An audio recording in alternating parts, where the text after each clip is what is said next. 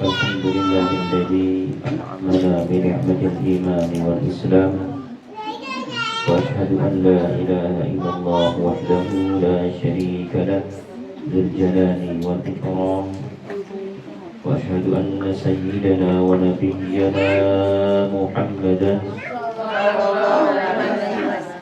عبده ورسوله صاحب الحوض والشفاعة والمقام اللهم صل وسلم وبارك على عبدك ورسولك سيدنا ومولانا محمد وعلى آله وصحبه وصحبه الظلم أما بعد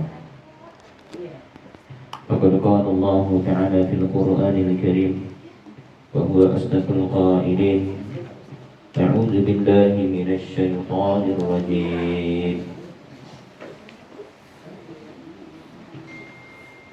بسم الله الرحمن الرحيم وقضى ربك ألا تعبدوا إلا إياه وبالوالدين إحسانا إما يبلغن عندك الكبر أحدهما أو كلاهما فلا تقل لهما أف ولا تنهرهما وقل لهما قولا كريما واخفض لهما جناح الذل من الرحمة وقل رب ارحمهما كما ربياني صغيرا فقال رسول الله صلى الله عليه وسلم رضا الله في رضا الوالدين وسخط الله في سخط الوالدين صدق الله العظيم وصدق وبلغ رسوله النبي الحبيب الكريم ونحن على ذلك من الشاهدين والحمد لله رب العالمين سبحانك لا علم لنا إلا ما علمتنا إنك أنت العليم الحكيم ربنا افتح بيننا وبين قومنا بالحق وأنت خير الفاتحين المكرمات والمحترمات para ummahat, para ibu-ibu yang dirahmati Allah, khusus yang saya hormati Sahibatul Bait, Ibu dia Beni. Itu suaminya ya? Iya. Oh, ya. Biasanya Ibu Beni. Oh gitu. Saya tanya Ibu dia di mana? Ibu dia yang mana ya? Nanti saat blok ini. Oh Pak Beni katanya gitu. Ibu Beni. Oh ini ibunya? Oh ini. Baru kenal. Ya. Dari mana tadi? Saya lupa lagi tuh kan. Tanya siapa? Oh iya. Yang kita hormati Ibu dia, keluarga. Alhamdulillah beliau menggunakan kita semua untuk datang ke tempat beliau. Dan insya Allah tempat ini pada sore ini dan insya Allah sampai besok masih berlaku ada dalam lautan rahmat dan barakah. Amin. Karena insya Allah yang hadir pada tempat ini niat mereka, langkah mereka semuanya baik. Ikut mendoakan keluarga agar mereka dipanjangkan umurnya dalam ketaatan, kemudian dimudahkan segala urusan, diangkat segala penyakit-penyakitnya, diangkat derajatnya, dan semoga hajat mereka terkabulkan dunia akhirat, dan semoga bentuk syukur Ibu Beni keluarga ini diterima oleh Allah Ta'ala. Amin ya rabbal alamin. Yang saya hormati para ibu-ibu, tokoh agama, tokoh masyarakat yang hadir di tempat ini, insya Allah pulangnya kita di tempat ini membawa oleh-oleh yang banyak, oleh-oleh rahmah dan barokah, bukan kue, bukan makanan, rahmat dan barokah. Insya Allah, amin ya rabbal alamin. Bapak Ibu rahimakumullah. Pada sore hari ini kita berkumpul di tempat ini semata-mata yang pertama Ibu Diah Beni ini bertasyakur bahwasanya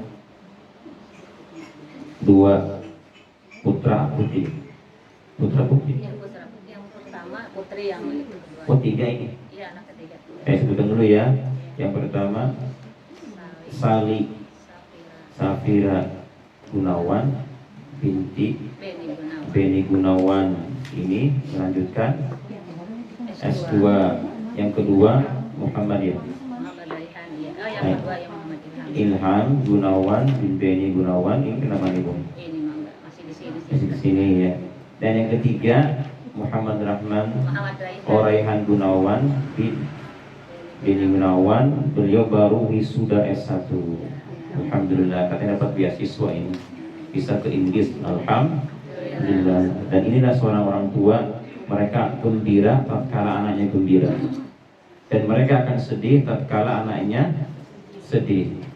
Dan bentuk syukurnya ibu ini, akhirnya beliau mengadakan acara ini dengan mengeluarkan tenaga, pikiran, juga semuanya, yang semoga Allah Ta'ala akan membalasnya nanti di yaumul kiamat. Amin ya rabbal alamin. Ada beberapa bentuk tasyakur seorang atau orang tua terhadap anaknya. Biasanya untuk menjadi anak yang soleh banyak acara-acara yang dikeluarkan. Dari mulai mereka belum hamil, maka ibu dan bapaknya sering berdoa agar anaknya kelak lahir dengan anak yang soleh. Apa doanya? Doanya Rabbi habli minas salihin. Ini dibaca setiap waktu. Rabbi habli minas salihin, Rabbi habli minas salihin. Ya Allah, karuniai hamba anak yang soleh, yang solehah. Ini dibaca terus sepanjang belum hamil. Setelah ibunya hamil, nah ini. Dan sebelum hamil tentu ada prosesnya juga, tidak ujung-ujung hamil. Tentu dihamili dulu Bu ya. Ibu, punten Bu ya, nih sedikit agak ini, tapi ini demi kemaslahatan kita. Nah, untuk mendapatkan anak yang soleh atau solehah, maka orang tua pada saat hubungan disunnahkan bagi mereka berwudu dulu. Berwudu dulu. Kemudian habis wudu melakukan sholat 2 rakaat. Habis sholat, kemudian baca doa. Apa doanya? Bismillahirrahmanirrahim. Ibu, saya tanya nih, apa doanya? Oh, hafal tuh Ustaz. Bismillahirrahmanirrahim. Allahumma jannibna syaitan wa jannibi syaitan ma razaqtana. Siapa tuh ada yang mau apa namanya ambil lagi nih ibu-ibu, bacain Bu ya nanti sehubungan apa Allahumma jannibna syaitan wa jannibi syaitan ma razaqtana. Ini kita untuk mencetak anak yang soleh solehah. Apa doanya? Allahumma jannibna syaitan, ya Allah jauhkanlah kami berdua dari syaitan, dan jauhkan syaitan dari kami sepanjang Engkau masih memberikan rezeki kepada kami.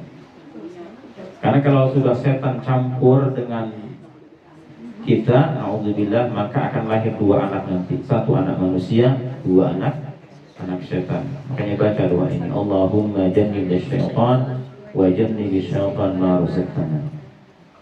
Terus hubunganlah kita.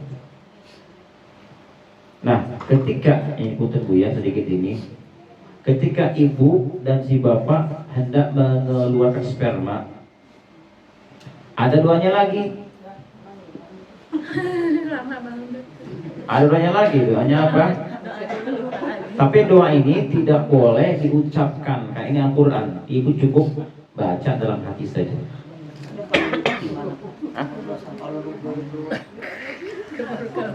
Kalau bapak nggak masalah lah. Asal jangan disengaja. Doanya apa? Coba ikuti Bu ya. Alhamdulillahilladzi. Tuh hafal kan? Ya. Apa doanya Bu? Hafal kan? Ada lanjutannya tapi. Alhamdulillahilladzi. Coba lagi. Alhamdulillahilladzi Khalaqa minal ma'i. Coba khalaqa minal ma'i. Coba lagi. Alhamdulillahilladzi khalaqa minal apa-apa langsung. Apa langsung? Bisa nanti dipraktekkan malam Bu ya.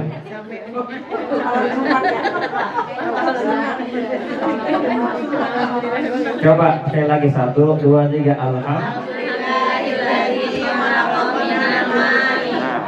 Satu lagi sekarang tambahannya. Basyaron wa nasaba. Basyaron wa nasaba. Coba lagi. Basyaron wa nasaba. Nah, coba sama-sama di awal yang saya bacakan nih.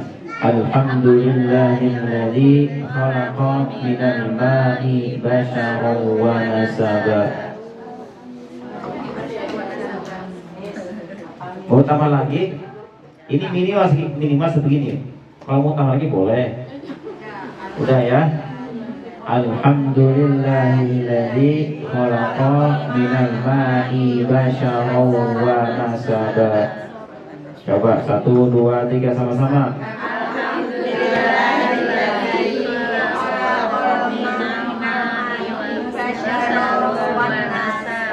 Nah ibu, ini dibaca pada saat keluar sperma. Kemudian ketika spermanya keluar ya ibu, sebelumnya ibu gambarkan, ibu bayangkan seseorang yang soleh, yang masya Allah. Gambarkan seseorang yang soleh, yang soleh bawahnya, yang berpengaruh sekali, misalnya seperti nama sahabat atau nama imam, orang soleh. Agar apa? Agar anak kita akan seperti itu kelak lahir. Kenapa?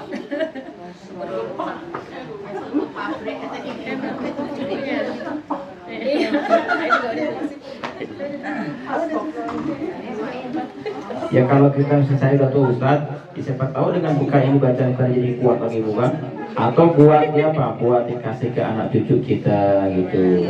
Nih doanya nih dapat ilmu dari Ustaz begini katanya. Kalau kita mau hubungan, wudhu dulu, kemudian sholat 2 rakaat. Sholat apa? Sholat aja, mau sama niat apa? Niat sunnah aja, niat sesuai sunnah ada. Kemudian baca doa, dan langsung main keber aja. Terus itu doa baca hubungan badan, kemudian setelah itu apa? Ketika mau keluar sperma baca doa jadi. Doanya 2 aja ibu ya, sebelum dan sesudah. Nah setelah itu apa yang terjadi? Nah akhirnya hamilah seorang ibu. Biasanya ketika si ibu lahir hamil, maka di usia 7 hari si janin diadakanlah acara walimatul nikah, walimatul akikoh. Dan akan diadakan akikoh. Kalau anak laki-laki berapa kambingnya?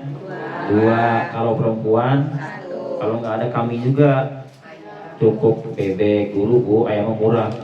Yang mahal dulu dong. Angsa tuh agak mahalan dikit. Angsa dibawa, nggak bisa angsa, dibawanya lagi bebek, nggak bisa juga baru ayam. Dan ini ada yang membolehkan seperti itu bagi mereka yang memang tidak mampu. Sampai kapan? Dari mulai si ibu hamil dihitung Bu ya, sampai apa? Bukan akikah dong Bu, ini bukan akikah nanti pas lahir. Jadi ketika usia ibu 4 bulan, maaf saya ngomong, usia 4 bulan ibu nanti diadakan lagi acara apa? Acara walimatul hamli biasanya. Jadi ketika ibu usia 4 bulan janinnya diadakan walimatul hamli. Kenapa? Karena di masa inilah anak tersebut akan dititip roh. Dititip roh. Usia janin 4 bulan sudah pasti akan dikirim roh ke tubuhnya. Nah kemudian Allah perintahkan malaikat untuk mencatat 4 catatan. Catatan takdir si janin tersebut. Yang pertama apa? Yang pertama kata Allah, wahai malaikat rahmah, catat yang pertama rezekinya. Apakah ini janin kelak akan jadi orang yang banyak harta atau sebaliknya? Tulis miskin atau kaya. Yang kedua, tulis sekarang ajalnya sampai berapa tahun usianya akan meninggal dunia, begitu. Ditulis dari mulai 4 bulan. Setelah Ditulis ajalnya. Yang keempat apa? Ditulis amal perbuatannya. Apakah dia orang yang baik atau orang yang jahat? Apakah dia orang yang pendiam atau cerewet? Apakah dia sukanya keluar rumah atau sebaliknya? Tidak ada tulisannya amalnya nih orang. Dan terakhir dicatat apa? Sekarang catat, anak ini kelak akan masuk surga atau neraka. Ternyata Bu, di usia kita 4 bulan itu sudah ada tulisan bahwa kita ahli surga atau neraka. Nah, apakah ini tulisan bisa dirubah Pak Ustadz? Sepanjang tulisan 4 ini belum diumumkan kepada malaikat-malaikat di nisfu Sya'ban, maka masih ada harapan diubah. Meskipun ini anak kelak jadi orang yang jahat, kemudian rezekinya sempit, kemudian juga ajalnya juga cepat akan mati dan neraka bahkan. Tapi kalau Allah belum mengumumkan, dan itu biasanya diumumkan pada setiap nisfu Sya'ban, Allah umumkan bahwa di tahun ini akan mati si anu, akan dikayakan si anu, disebutkan nanti, dan semua malaikat mendengar. Apabila sudah diumumkan ke malaikat, maka takdir tersebut yang ditulis tidak bisa diubah lagi. Tapi kalau belum diumumkan, ada orang yang hendak meninggal di tahun itu, tapi diumumkan sama Allah Ta'ala, maka dia bisa panjang umurnya lagi nanti bertambah. Dengan apa? Dengan doa. Oleh karena itu di Ma'afir Sya'ban kita dianjurkan baca Yasin 4 kali, 3 kali. Betul?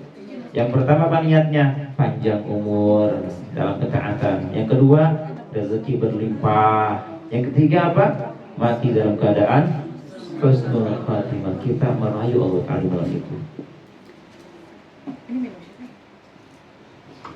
Yang pertama ya, jadi biasanya yang berikutnya biasanya di tempat-tempat, sebagian tempat itu diadakan walimatul hamli.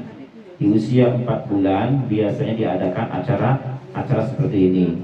Apa tujuannya? Mereka mengetuk pintu langit, minta kepada Allah Ta'ala agar anak ini yang dicatat tidak baik, ya Allah tolong ubah ya Allah. Jangan sampai anak ini lahir dicatat orang yang jahat, ahli neraka, naudzubillah, kemudian rezekinya sempit juga. Itulah berdoa sama-sama di acara 4 bulan ini. Di sini ada nggak biasanya? Ada juga? Enggak. Sabar. Nah kemudian yang nggak ada ya? Ada sebagian mengadakan itu. Namanya walimatul hamli. Nah kemudian menjelang kelahiran si bayi, si janin, biasanya di usia 7 bulan itu diadakan lagi walimatul hamli yang kedua. Dengan harapan apa? Agar kalau dia keluar dari perut ibunya dalam keadaan sehat walafiat, tidak susah, tidak membuat masalah gitu. Diadakan lagi walimatul hamli yang kedua di usia berapa? 7 bulan. Di sini nggak ada, di sini jarang diadakan. Nah kalau mau diadakan silakan. Karena kita tujuannya apa? Berdoa di 2 waktu ini. Yang tadi berdoa agar anak tersebut dicatat sebagai orang yang baik, yang soleh, kemudian yang rezeki juga berlimpah dan ahli surga. Setelah selesai, lahirlah sang bayi. Ini untuk menciptakan seorang yang soleh-solehah. Ketika dia lahir, maka dianjurkan kepada orang tuanya untuk mengazaninya di sebelah kanan. Allahu Akbar, Allahu Akbar. Azani yang telinga kanannya. Terus nanti setelah selesai azan, diikomatin telinga kirinya. Komatin. Apa tujuannya? Karena biasanya bayi yang lahir ke dunia tidak ada yang ketawa ya. Ada bu yang ketawa bayi? Gak ada, semuanya menangis. Semuanya menangis. Dan ini sudah jadi kebiasaan. Setiap bayi lahir pasti menangis, dan orang-orang sekelilingnya bukan nangis tapi gembira. Betul? Nah, tapi ketika meninggal dunia, lihat bu. Kalau orang meninggal dunia, harapannya adalah kalau kita bayi menangis, maka ketika kita meninggal dunia dalam keadaan senang. gembira, dan yang sekeliling kita menangis. Jangan sampai kita meninggal dunia dalam keadaan nangis sedih karena masuk neraka. Sudah begitu, yang kita tinggalkan pun menangis pula. Jadi kalau bisa kita kalau meninggal nanti dalam keadaan kita gembira, tersenyum, meskipun mereka yang ditinggalkan menangis. Nah kalau anak yang solehah, maka insya Allah matinya pun akan tersenyum, gembira. Setelah itu nanti di usia 7 hari si anak, tadi ketika dia diazan qomatin, disunahkan pula membacakan surat Al-Qadar di telinga kanannya. Baca bayi yang baru lahir dibaca surat Al-Qadar berapa kali? 1 kali saja. Suratnya apa? Inna anzalnahu fi lailatul wa ma adraka ma lailatul qadar. Sampai selesai dibaca ini. Tujuannya apa? Agar anak tersebut, anak yang dibacakan surah Al-Qadar, tidak akan pernah berzina sepanjang hidupnya. Luar biasa ini surat ini. Baca makanya. Oh, saya Ustaz lupa, anak saya nggak dibacakan dulu. Baca sekarang ketika tidur, Bu. Baca anak kita nih yang sudah lahir, nanti baca telinganya yang kanan. Oh, saya belum dibaca Ustaz untuk kecilnya. Baca sekarang oleh bapaknya. Baca telinganya. Agak terhindar dari zina, naudzubillah. Nanti di usia 7 hari si anak baru diadakan walimatul aqiqah. Bukan pas tadi hamil, bukan salah cok tadi. Diadakan walimah aqiqah, mengadakan atau menyembelih hewan kambing atau di bawahnya bagi yang tidak mampu. Ini Bu, masa kewajiban atau keharusan orang tua yang menyembelih kambing tadi itu dari mulai dia lahir sampai 60 hari kewajibannya. Apabila di masa 60 hari ternyata orang tuanya tidak mampu juga membeli seekor kambing, bahkan ayam pun nggak sanggup, nah maka kewajiban mereka untuk menyembelih hewan sudah tidak disunnahkan lagi kalau lewat 60 hari. Nah kalau kita ada kemampuan di masa-masa ini, maka itu boleh dilakukan kapanpun, di bawah tanggung jawab orang tuanya. Mau lihat 7 harinya, ini Abdul 7 hari. Oh nanti saja deh, ke pekan berikutnya boleh, silakan bebas. Disebut walimatul aqiqah. Dan di situ juga dianjurkan nanti di pas hari akikahnya itu disatukan dengan pencukuran rambut dibotak, bukan dibotak kalau bisa Bu, dibotak nih bayinya itu dibotak, nanti ditimbang bayinya berapa beratnya berapa, nanti setelah beratnya berapa on atau berapa gram, nanti dibelikan emas. Buat siapa emasnya? Buat disedekahkan ke fakir miskin. Emas berapa harganya? Oh ini 1 gram nih, ada rambutnya 1 gram, berarti ibu beli emas harga 1 gram, harganya berapa, nanti bagi-bagikan. Ini sunnah dalam Islam seperti itu. Dan sekaligus pula diberikan nama, tentu nama yang baik di usia 7 hari si anak. Kalau misalnya kita punya nama yang tidak baik Bu, ganti dari sekarang ya. Boleh. Nama orang, ada orang namanya Jahanam, ganti itu. Ada saya pernah dengar cerita lucu ya. Ada jamaah debat dengan ustadznya. Kata ustadznya, kita harus punya nama baik katanya. Nah ada satu jamaah nanya ke ustadznya, Pak Ustadz, nama saya bagus nggak kira-kira? Siapa namamu? Nama saya Tony. Namun nggak ada di Al-Quran, nggak ada nama-nama Nabi, nggak ada nama Nabi Tony, nggak ada. Tapi di Al-Quran ada Pak Ustadz katanya. Nggak ada kata Ustadz. Ada katanya. Coba Pak Ustadz baca isti'adzah. A'udzubillahi minasy. Nah ada Tony Pak Ustadz. Dia nggak paham mana awal kata, mana akhir kata. Saya Tony, nah Tony bagus nih. Itu kan dari syaitannya itu. Nah ganti, sunnah diganti nama yang tidak baik ya. Maka dari mulai bayi lahir dikasih nama yang baik. Harapannya apa? Sesuai dengan namanya. Kalau laki-laki biasanya dianjurkan diawali dengan kata abdu. Kata Nabi, khairul asma ma'ubid wa ma'humid. Nama terbaik adalah yang awalnya abdu atau nama Nabi awalnya. Abdu, Abdullah, Abdur Rahman, Abdur Rahim, Abdul Ghafur. Jadi asma husna ambil semua asal satunya, kasih abdu awalnya. Abdul Malik bisa, Abdul Jabbar bisa. Yang penting abdu awalnya. Jangan nama langsung asma husnanya. Siapa namamu? Nama anakmu? Allah. Jangan atau Ar-Rasid, si Rahman, jangan juga. Rahman Rahim ini nama Allah, pakai abdu depannya. Artinya apa? Abdullah, hamba Allah. Abdul Malik, hamba Allah yang maha merajai, dan seterusnya. Kalau mau anak yang penyayang, Abdul Rahim, Abdul Rahman. Anak banyak rezekinya, Abdul Razak, kan? Banyak bu. Yang gagah perkasa, Abdul Qahar, Abdul Jabbar. Kalau depannya Muhammad Ustaz?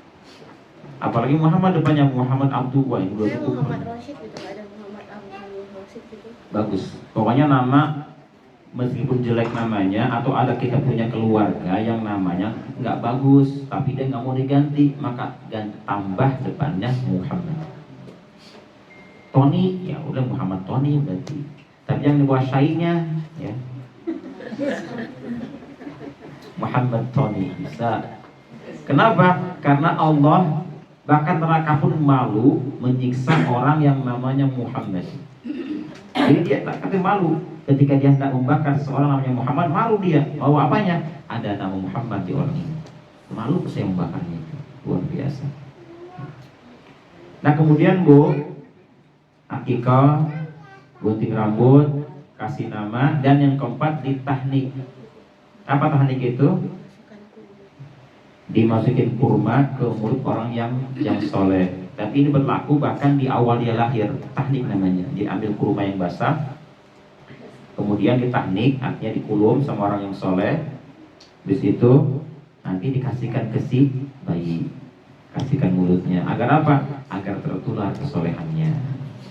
Ini orang hafal Quran, ini orang hafal hadis, ilmunya banyak, bisa nanti diundang, ditahnik anak saya dong, tahnik.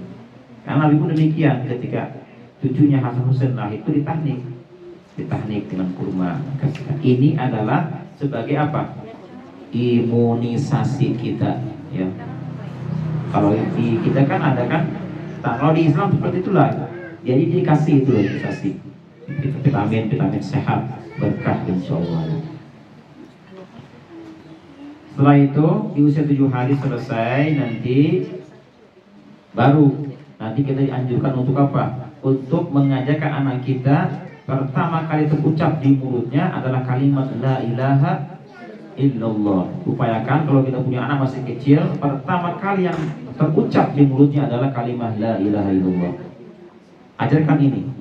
Karena kalau anak yang masih kecil ketika awal ucapannya kalimat la ilaha illallah, maka di akhir hayatnya pun akan mengucapkan yang sama, la ilaha illallah. Jangan diajar ucapan-ucapan yang enggak benar bu ya. Deipongan, nani ya Pak. Baca la ilaha illallah, terus rutinkan itu. Nanti dia kan pertama kali berucap Allah, nah ini subhanallah. Terus kemudian didiklah di situ, dididik anak tersebut terus sampai dewasa, sampai dia balik. Nah, ketika dia sudah balik, kemudian sudah pas untuk menikah, maka nikahkanlah anak kita. Diadakan lagi acara berikutnya, acara rame-rame lagi, tasyakuran apa? Walimatun nikah. Kalau laki-laki enggak, dia usia balik atau di bawahnya 7 tahunan lah kurang lebih, biasanya diadakan walimatul khitan. Ada bu khitan ya?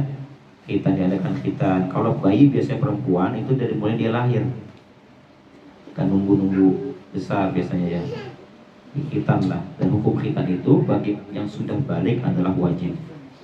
Kalau sudah balik anak kita hukumnya wajib di khitan. Kalau perempuan khilaf antara ulama, ada yang mengatakan harus dihitan, ada yang mengatakan tidak. Karena kalau laki-laki wajib dihitan, kenapa? Karena dia menutupi, najisnya itu tertutup, tidak bisa hilang kalau tidak dihitan, makanya wajib dihitan. Agar apa? Agar najisnya itu bisa dihilangkan mudah. Kalau perempuan nggak ada kaitan dengan itu, tetapi kalau misalnya ada perempuan tidak dihitan, khawatirnya tidak seimbang. Ada ketidakseimbangan nantinya. Karena tujuan khitan adalah diantaranya selain sunnah dia menyeimbangkan. Kalau orang nggak dihitan, nggak seimbang. Artinya apa? Syahwatnya besar, memuncak nanti. Dia tidak bisa menahan syahwatnya. Dengan dihitan diseimbangkan. Tidak kecil, tidak besar syahwatnya itu. Para ibu-ibu rahimakumullah. Dan berikutnya setelah itu nanti ketika dia sudah masanya untuk menikah maka nikahkan. Nah disinilah kewajiban siapa? Kewajiban seorang anak perempuan apabila sudah mendapat calon laki-laki, calon suami, maka kewajibannya pindah. Yang dulunya adalah orang tua diutamakan, maka ketika dia sudah menikah dengan seorang suami, maka kewajibannya berubah menjadi kewajiban kepada suami nomor 1. Ibu dan bapaknya nomor 2 untuk si perempuan. Kalau laki-laki tetap meskipun dia menikah dengan istri yang baru ya, yang ini, maka kewajiban dia tetap berlaku kepada kedua orang tuanya. Pertama yang wajib dia hormati adalah tetap orang tuanya, baru istrinya nanti. Kalau laki-laki, kalau perempuan tidak. Setelah dia menikah dengan suaminya, maka disitulah kewajibannya lepas dari orang tua. Apapun yang dikatakan suami kita patuhi sepanjang bukan perintah yang maksiat, yang bertentangan dengan agama. Ibu, apa tadi Bu doanya Bu? Coba saya tanya lagi, apa enggak Bu doa tadi?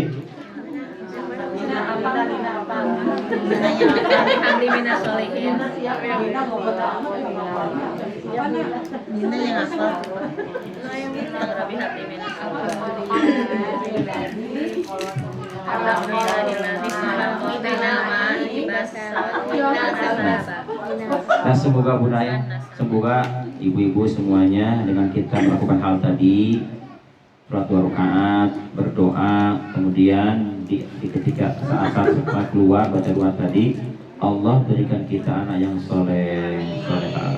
Andaikan sudah terjadi Pak Ustaz, saya sudah terjadi sekarang, sudah punya anak tidak melakukan amalan tadi, bagaimana supaya anak yang itu jadi soleh? Ibu baca tiap sholat doa yang biasa kita baca. Bacanya apa? Rabbana hablana min azwajina wa dzurriyyatina qurrata a'yun. Baca doanya dengan hati.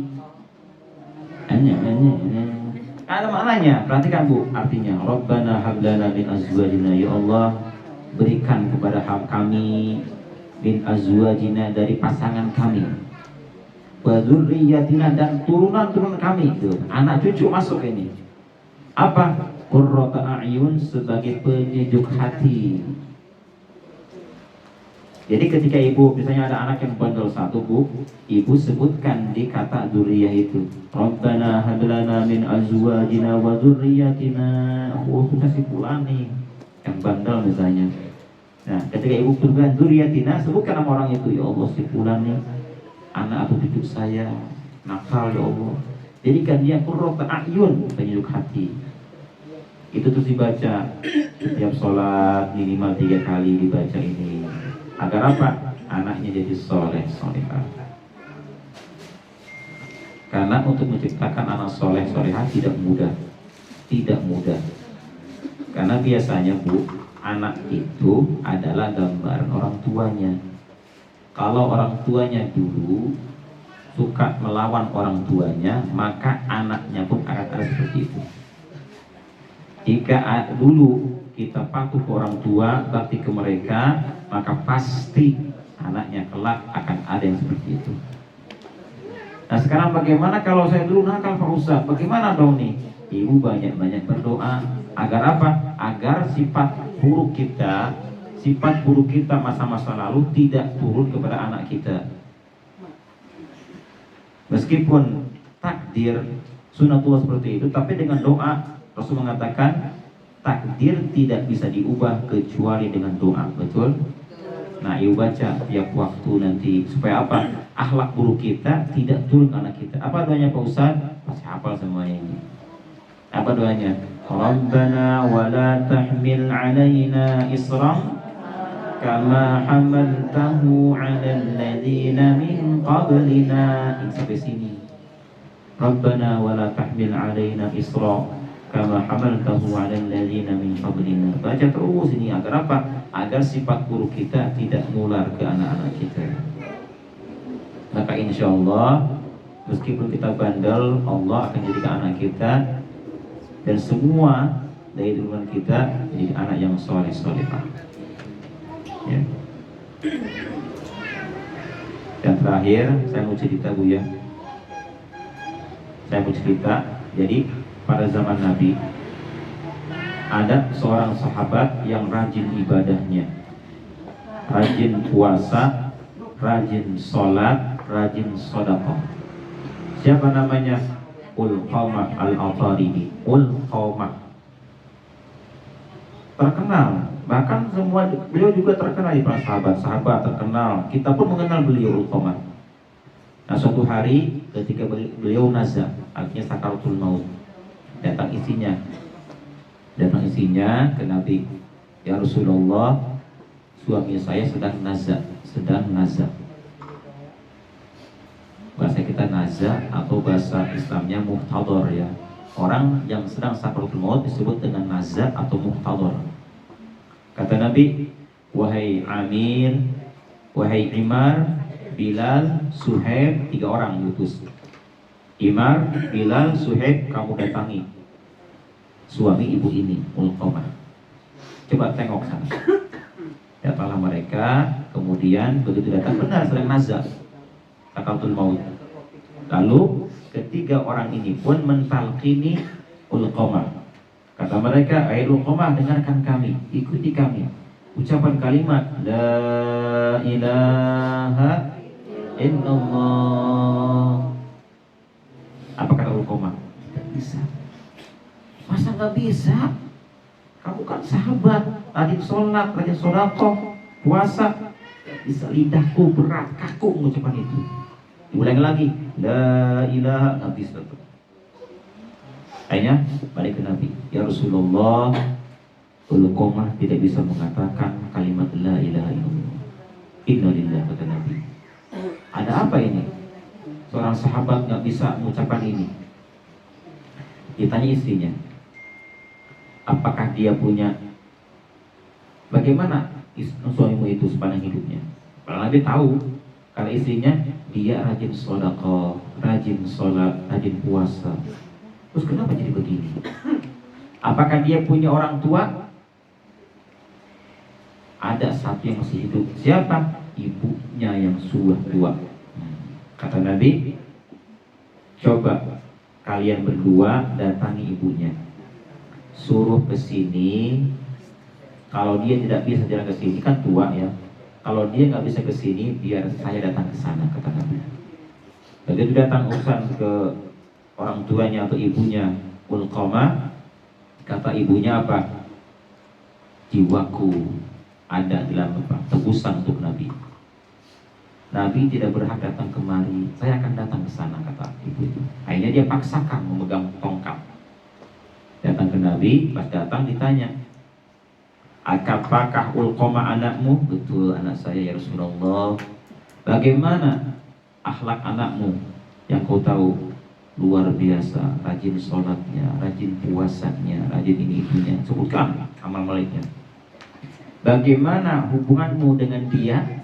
Baik-baik saja, kata Nabi. Tidak, katanya. Kenapa? Hati saya sakit. Saya murka kepada anak saya. Kenapa? Karena dia lebih mengutamakan istri daripada saya. Jadi istrinya yang diutamakan, ibunya dilupakan gitu. Bahkan pernah kejadian ketika kan Ulqamah kan punya warung. Yang namanya ibu wajarlah minta apa, mungkin minta bawang atau apa atau beras, wajarlah. Mungkin karena keseringan minta, ya minta buat makan ibunya, istrinya ngoceh-ngoceh gitu. Nah Ulqamah membela istrinya, ibunya nggak dibela. Sakit hati saya ya Rasulullah, sakit. Ya udah kalau sakit katanya. Akhirnya kata Nabi, wahai Bilal, Imar, Suhaib, sekarang coba kamu bawa kayu bakar yang banyak, bawa kemari. Kata ibunya, mau diapakan ya Rasulullah, anak saya mau dibakar hidup-hidup. Jangan katanya, mana mungkin saya tega anak saya dibakar di depan mata saya, kata ibunya. Kata Nabi apa? Wa azabul akhirati asyaddu wa abqa. Azab akhirat lebih pedih, lebih pedih dan kekal dibanding dunia. Dunia nggak ada apa-apanya kata Nabi. Daripada dia dibakar di sana, bakar sini dulu. Akhirnya apa? Sepanjang kamu tidak meridhokan anakmu, tidak memaafkan semua kesalahannya, akan saya bakar anakmu di depan matamu kata Nabi. Jangan katanya, jangan. Kata ibunya apa? Ya Allah, aku bersaksi kepadamu. Wahai malaikat, aku bersaksi kepada kalian. Dan wahai orang muslimin, orang mukminin, kata ibu ini, aku bersaksi kepada kalian bahwasanya aku telah memaafkan semua dosa anakku. Kata Nabi, untuk pembuktiannya, karena kadang-kadang kamu malu kepadaku. Coba kamu Bilal datang lagi ke sana, suruh dia mengucapkan kalimat la ilaha illallah. Kemudian pas datang ke sana, kata Bilal, wahai Ulqamah, qul la ilaha illallah. Bisa ternyata dia, mudah. La ilaha illallah, meninggal langsung. Subhanallah. Gara-gara apa? Gara-gara menyakiti orang tuanya sampai nggak bisa baca tahlil. Padahal dia orang yang soleh, bayangin aja. Bayangin sholatnya banyak, puasa banyak, semuanya banyak. Tapi gara-gara menyakiti orang tua sampai bisa copot imannya juga. Makanya ibu-ibu semuanya, kalau yang masih punya orang tua, hati-hati. Jaga perasaan mereka. Jangan sampai mereka sakit hati. Bikin mereka gembira.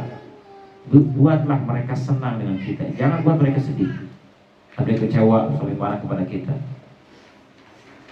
Ini luar biasa ini. Nah sekarang Pak Ustadz, bagaimana saya dulu jahat sama orang tua saya?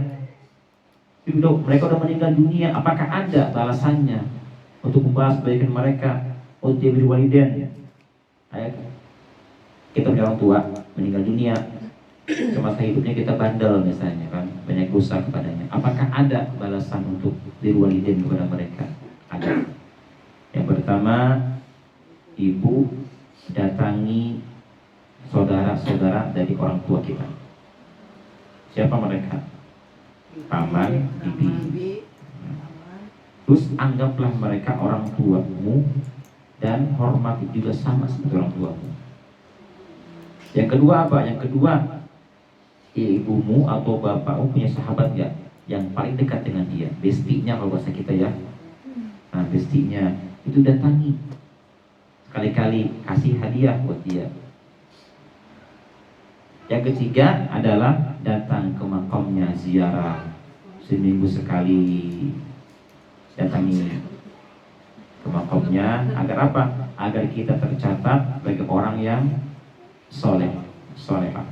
Datang ke makamnya dan ibu ucapkan di atas kuburannya, bapak atau ibu, maafkan kesalahan saya ya sama hidup. Mereka dengar kok. Terus ibu keluarkan yang selama ini menggumpal di hati ibu. Maafin saya, jarahin mereka, baca doa di situ. Ya. Setelah itu yang keempat, jangan pernah putus setiap sholat membaca Rabbil firli wali walidayya warhamhuma kama. Berapa kali? 5 kali dibaca habis sholat. Tambah 2 lagi bu. Tambah 2 lagi setiap sholat ini baca. Agar apa? Agar kita termasuk orang yang soleh. Harapan kita nih bu ya, sejahat-jahatnya orang atau anak, jahat dia. Tapi di mata orang tuanya dia nggak tahu dia jahat, baik-baik saja.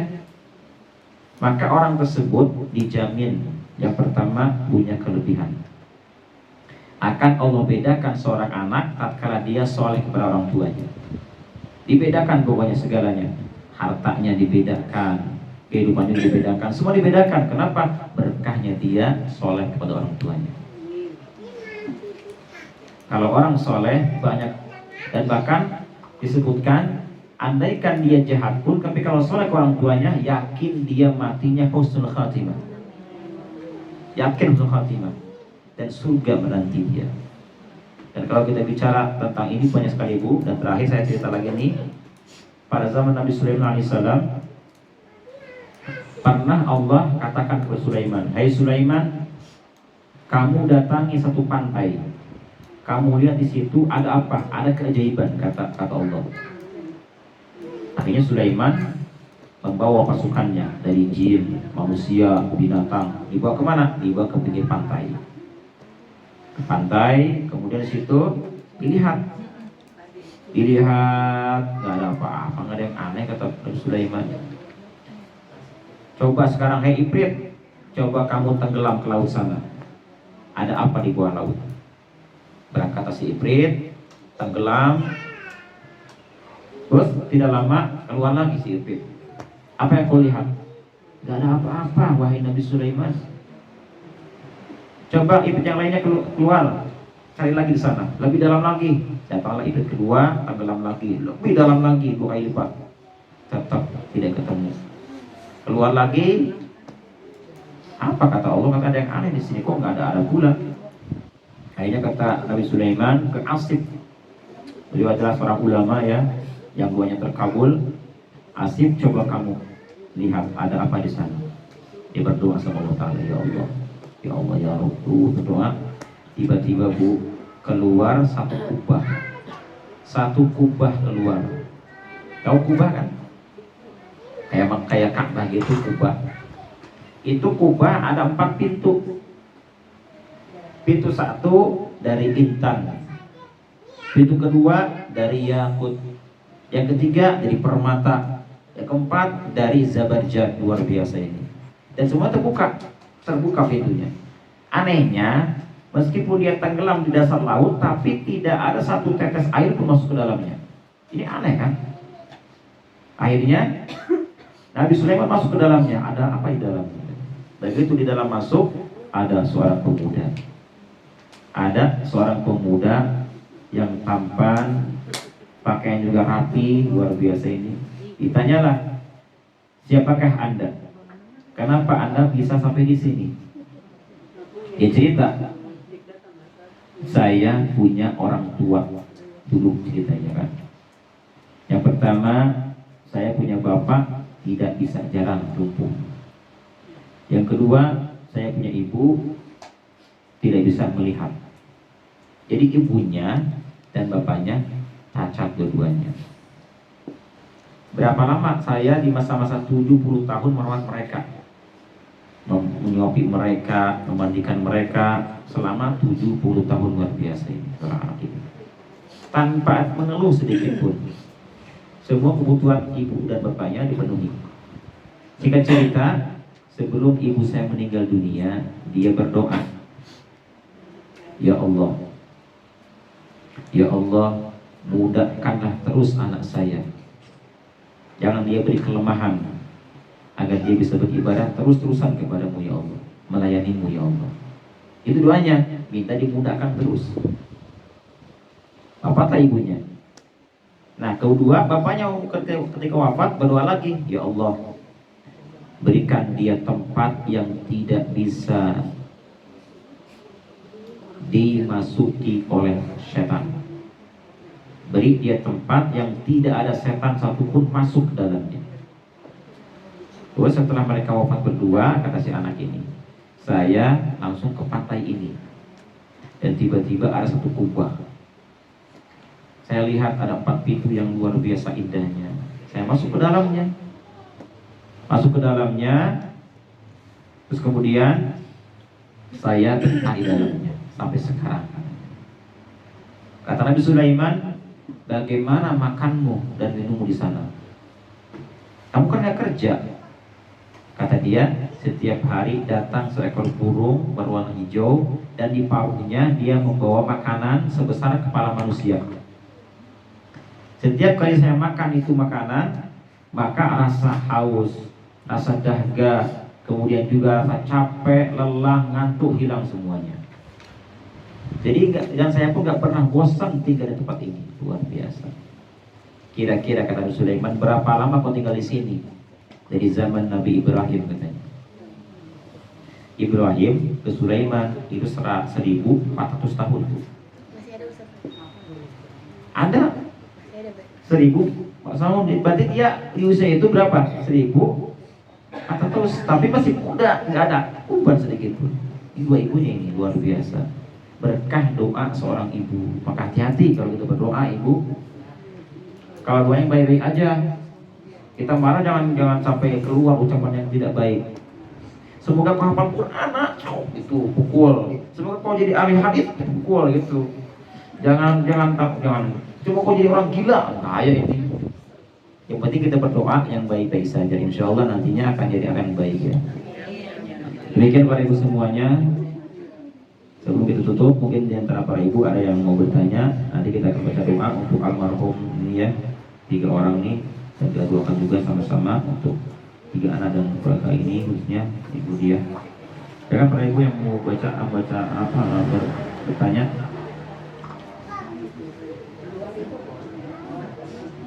Apa diulang lagi doa tadi?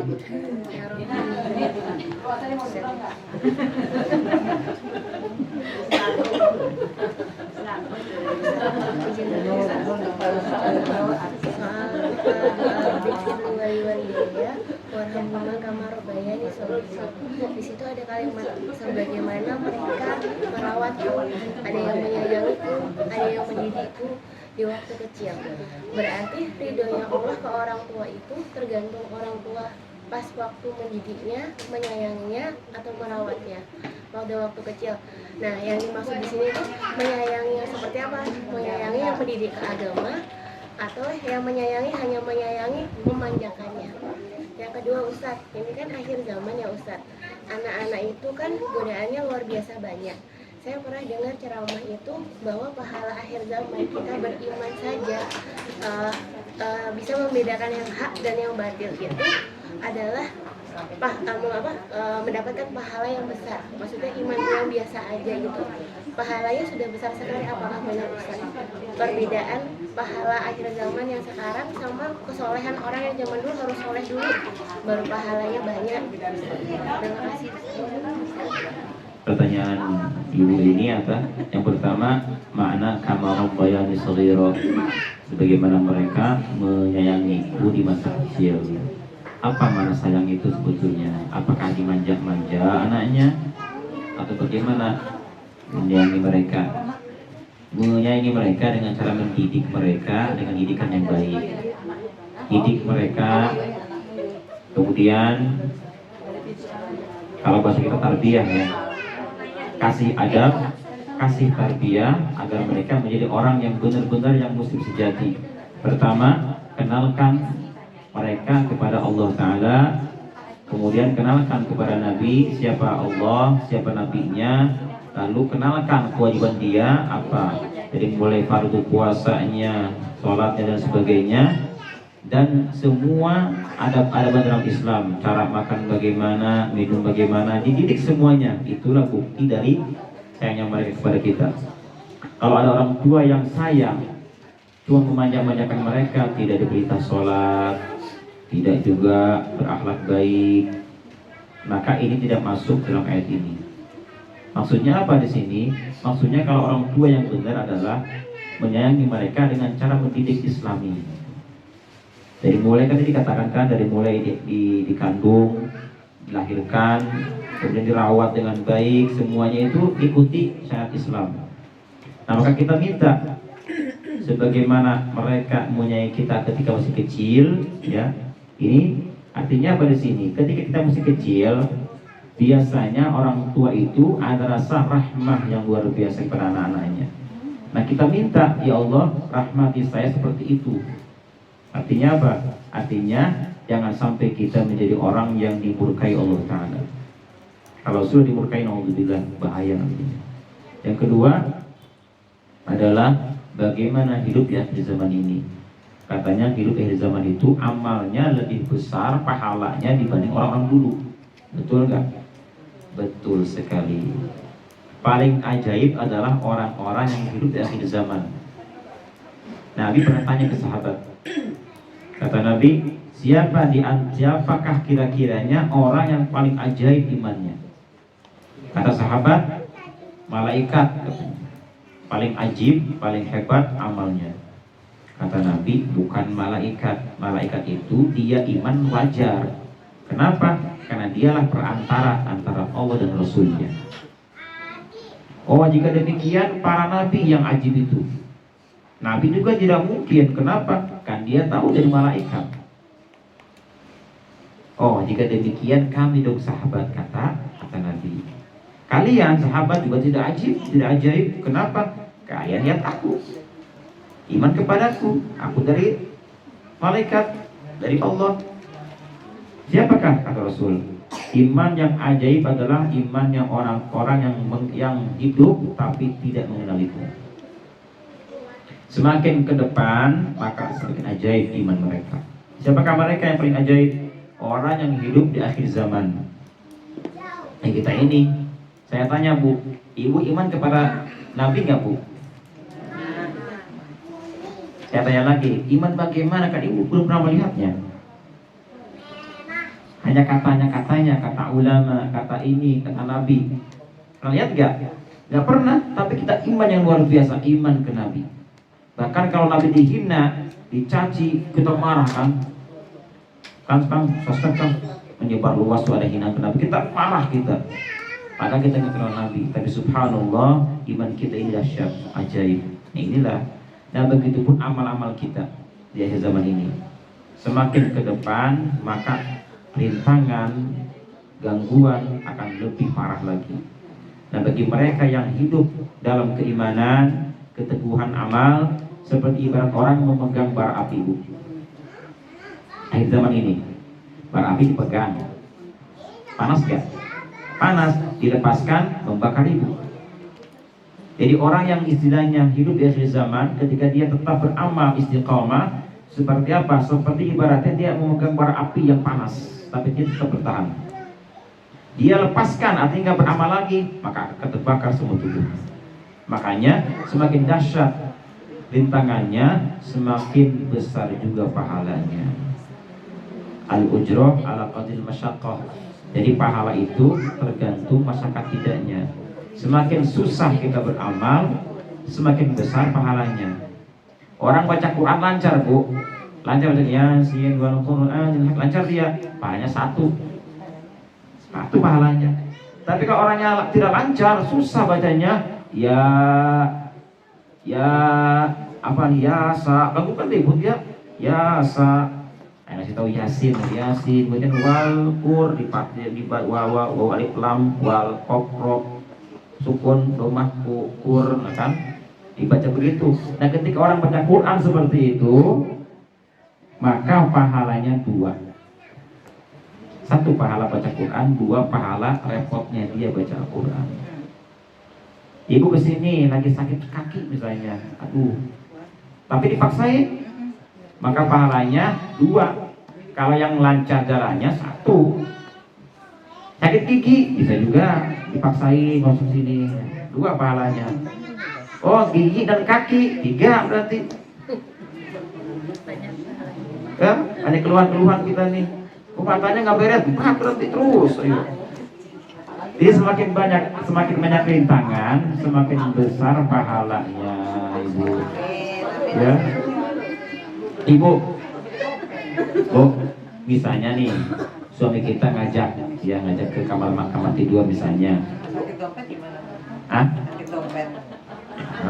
Misalnya ibu lagi stay ya, standby nih, standby, takut diajak nih, ayo, nah ini satu pahalanya Bu. Ayo. Tapi ketika ibu belum stay, ibu belum standby belum, masih bau keringat apa ini belum rapi, ayo ke kamar. Nah ibu, ketika ibu dalam keadaan seperti itu, aduh belum saya pakai bedak, satu, belum mandinya, dua, keringatnya bau, tiga, oh sebutin berapa tuh, maka semakin besar pahalanya. Semakan ibu ya mas ya, tunggu dulu mas ya, saya mau gosok gigi dulu, satu, apalagi ibu, oh pahalanya lebih besar. Ketek saya bau, nah mandi dulu, dua, tuh apalagi,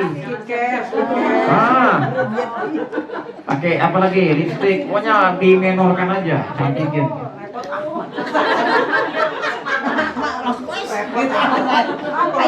Ayo. Jadi bu, semakin rintangannya besar, semakin besar pahalanya. Apapun itu, apapun bukannya. Nah makanya bu. Berarti kita belanja malam ritualnya 5 mak. Pakai jilbab dulu, pakai ini dulu. Jadi kan dibuka lagi. Banyak pahalanya Kan pakai jilbab gitu kan maksudnya. Iya. Kalau misalnya kita udah rapi-rapi nih, rapi-rapi pakai jilbab apa cantik, kata suami kita. Sekarang saya mau kamu pakai pakaian anak SMA misalnya. Ya, misalnya, kan repot tuh, dibuka dulu. Pahala, jangan marah. Berarti semakin berimajinasi semakin banyak. Dewi pakai SMA. Dewi pakai baju 17 Agustusan.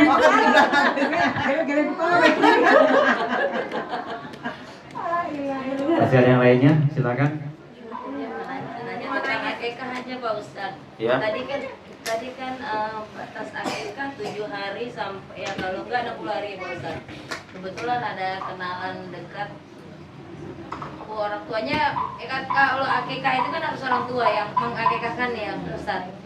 Nah kondisinya orang tuanya kemarin itu tidak mampu dan sekarang beliau dua-duanya udah meninggal. Jadi kata dia bertanya, apa gue kekah sendiri aja ya gitu, gue bayar pakai duit kata gitu. Jadi dengan usia dia sekarang yang sudah 35 mau menikah, oke gimana nih saya mau menikah, saya belum kekah gitu. Jadi hukumnya gimana tuh Ustaz bagi yang kerabat saya gitu? Iya. Jadi kewajiban orang tua sampai dimulai lahir sampai 60 hari kewajibannya. Jika sudah nggak mampu 60 hari dimulai lahir, maka sudah nggak ada kewajiban lagi. Jika mau akikah, maka anaknya yang tanggung jawab. Atau misalnya 60 hari lebih baru mampu orang tuanya, maka itu atas nama anaknya akikahnya. Misalnya dia udah usia berapa, dia udah paham bahasa, mungkin ngerti. Nah, ini uang saya kasih ke kamu ya. Jangan kita yang belanja. Nanti tapi kamu belikan itu kambing buat akikah. Karena kita nggak ada kekuasaan lagi untuk mengakikahi anak kita. 60 hari batasnya. Tapi kalau kita ada kemampuan di 60 hari ini, itu bebas kapan saja. Mau dia masih bulanan, mau tahunan, boleh, bahkan 10 tahun juga boleh, nggak apa-apa akikahnya. Tujuannya apa di akikah itu? Kalau anak di akikah, maka dia akan mengenai orang tuanya. Kalau nggak diakikahi, dia nggak kenal orang tuanya. Ketika anaknya masuk surga, nanti dia nggak kenal mana orang tuanya. Kan susah jadinya. Nah, dengan akikah ini akhirnya apa? Akhirnya si orang tua mengenal mana anak-anaknya. Nah bagi mereka yang sampai detik ini belum berakikah, sudah tua, maka berakikah lagi mulai sekarang. Tanya ke diri kita atau orang tua kita, saya pernah akikah belum dulu nih? Kalau belum, akikah. Nanti undang ya, tanya ibu, isinya ada ibu siapa, ibu dia misalnya mau akikah, undang kami. Ada acara apa nih? Wali maksud akikah. Siapa? Gak apa-apa, gak apa-apa. Ya, atau mau diam-diam juga nggak apa-apa. Intinya apa? Intinya memotong kambing 1 bagi perempuan, 2 kalau laki-laki. Masih ada yang lainnya? Ada Ustaz. Makasih ya Pak Ustadz. Ya. Ini adalah Umpamanya anak yang belum akikah nih, terus anaknya berapa tahun meninggal, itu orang tuanya setelah meninggal wajib akikah nggak? Betul. Bagus. Bagaimana kalau anak meninggal dunia? Meninggal dunianya Bu, tadi saya katakan setiap anak lahir sampai 60 hari maka itu bebannya ke orang tua. Jika dia meninggal dunia nih, kapan meninggalnya? Terserah, mau dia usia harian atau minggu atau tahun. Nah, kalau harian misalnya nih, misalnya dia harian baru lahir meninggal dunia, kan? Nah kemudian dilihat Bu, dari mulai situ sampai 60 hari ada kemampuan ke orang tuanya. Tetap dihitung itu, nggak ada kemampuan juga, ya udah berarti nggak wajib. Kalau mau akikah gimana? Boleh. Boleh akikah lagi, silakan atas nama orang anak kita. Dan bahkan Bu, orang yang sudah 4 bulan keguguran Bu ya. Keguguran 4 bulan, tapi 4 bulan keguguran, ketika dia dikubur maka itu pun sunnah diakikahi dan dikasih nama. Karena sudah punya roh. Kasih nama, diakikahi. Beda dengan janin yang belum 4 bulan keguguran, ini nggak usah dikasih nama, nggak sunnah. Kemudian nggak usah juga diakikahi, nggak usah. Kalau mau kasih nama juga nggak apa-apa, tapi nggak perlu, nggak sunnah.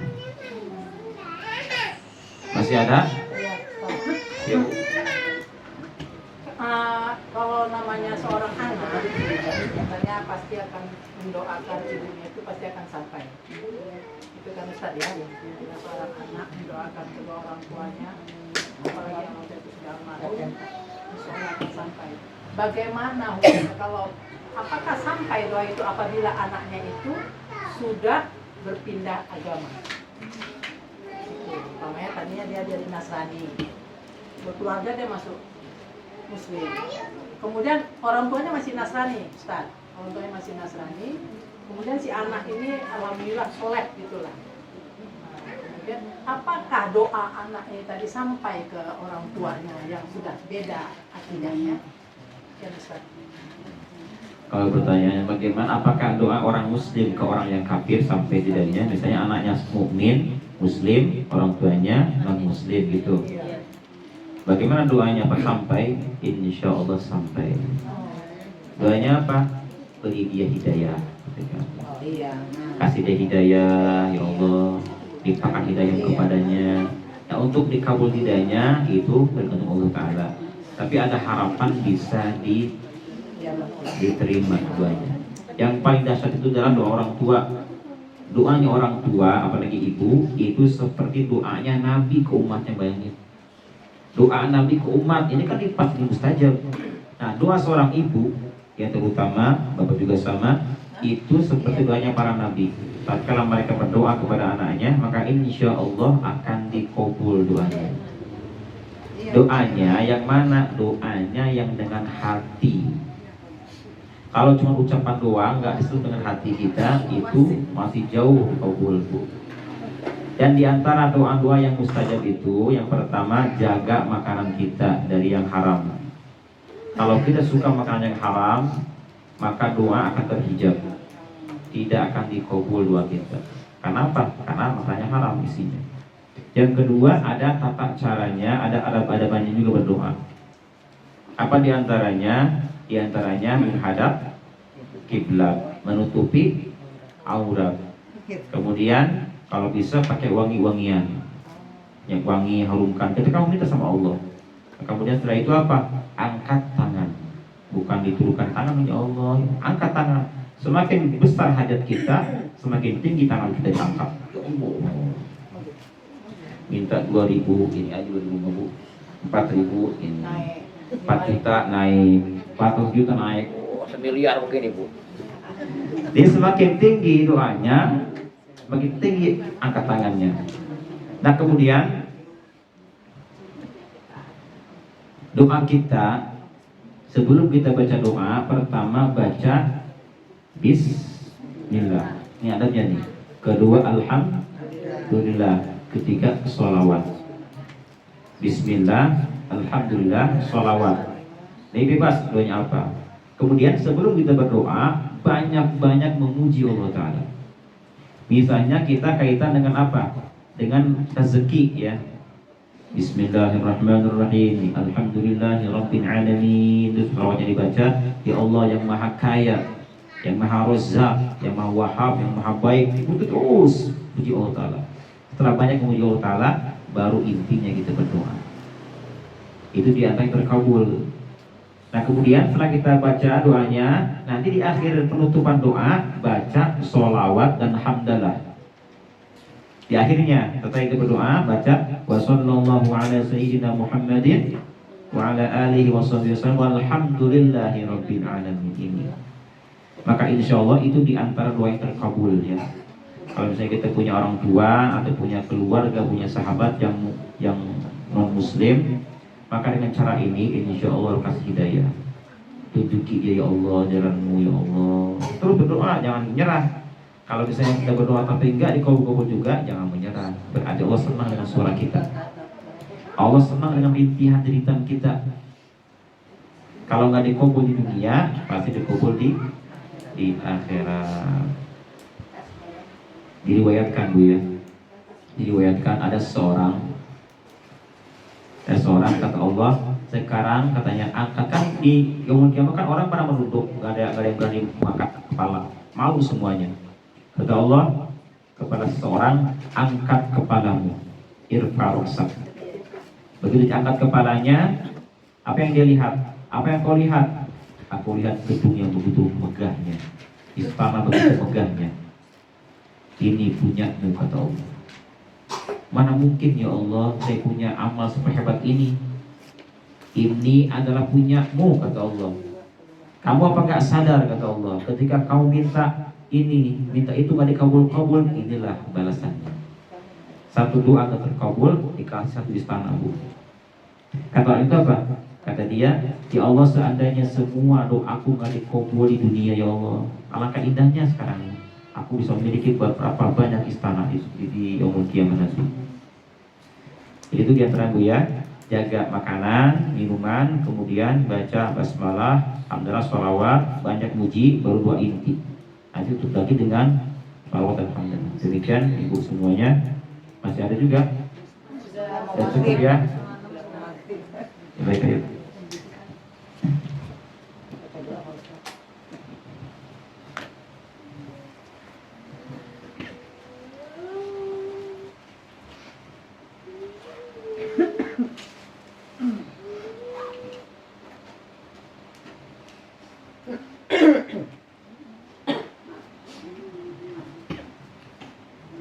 Dan kita angkat tangan kita, tundukkan kepala kita, khususkan hati kita, kita menjadi kepala. A'udzubillahi minasyaitonirrajim. Wa idza sa'alaka 'ibadi 'anni fa inni qarib. Ujibu da'watad da'i idza da'ani falyastajibu li wal yu'minu bi la'allahum yarshudun. Bismillahirrahmanirrahim. Alhamdulillahi rabbil alamin. Allahumma salli wa sallim wa barik ala sayyidina Muhammadin wa ala alihi wa sahbihi ajma'in. Amin ya rabbal alamin. Allahumma ya Rahman, ya Rahim, ya Quddus, ya Malik, ya Qahhar, ya Jabbar, ya Allahumma rabbana taqabbal minna salatana wa siyamana wa qiyamana wa ruku'ana wa sujudana wa jami'a ta'budina, khususan tasyakkura ibudiyah fi hadzal yawm. Allahumma taqabbal syukrahu wa taqabbal sadaqatahu wa taqabbal ma fi min al-fikrah wal Allahumma taqabbal syukrahu li.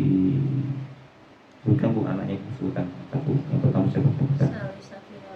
Terus yang kedua Muhammad Ilham Gunawan. Yang ketiga Muhammad Raihan Gunawan Bimbing. Allahumma ij'al auladana as-salihin salihat, khususan aulada ibu. Allahumma ij'al azwajana wa dhurriyyatina qurrata a'yunina ya Allah. Allahumma ighfir li. Bukan Bu, bukan ketiganya. Safira Gunawan Bimbing Gunawan. Terus Muhammad Ilham Gunawan Bimbing Gunawan. Terus Muhammad Raihan Gunawan Bimbing Gunawan. Allahumma ighfir lahum warhamhum wa'afihim anhum. Allahumma la tahrimna ajrahum wa la taftinna ba'dahum waghfir lana wa lahum wa ikhwanina. Allahumma rabbana hab lana min azwajina wa dhurriyyatina qurrata a'yun waj'alna imama. Sama-sama Bu. Rabbana atina fid dunya hasanah wa fil akhirati hasanah wa qina adzabannar. wa sallallahu ala sayyidina Muhammadin wa ala alihi wa sahbihi wa sallam. Subhana rabbika rabbil izzati amma yasifun wa salamun ala al-mursalin walhamdulillahi rabbil alamin. Siril Fatihah. A'udzu billahi minasy syaithanir rajim. Bismillahirrahmanirrahim. Alhamdulillahi rabbil alamin. Ar-Rahmanir Rahim. Maliki yaumiddin. Iyyaka na'budu wa iyyaka nasta'in. Ihdinas siratal mustaqim. Siratal ladzina an'amta 'alaihim ghairil maghdubi 'alaihim waladdallin. Demikian, Assalamualaikum warahmatullahi wabarakatuh. Allah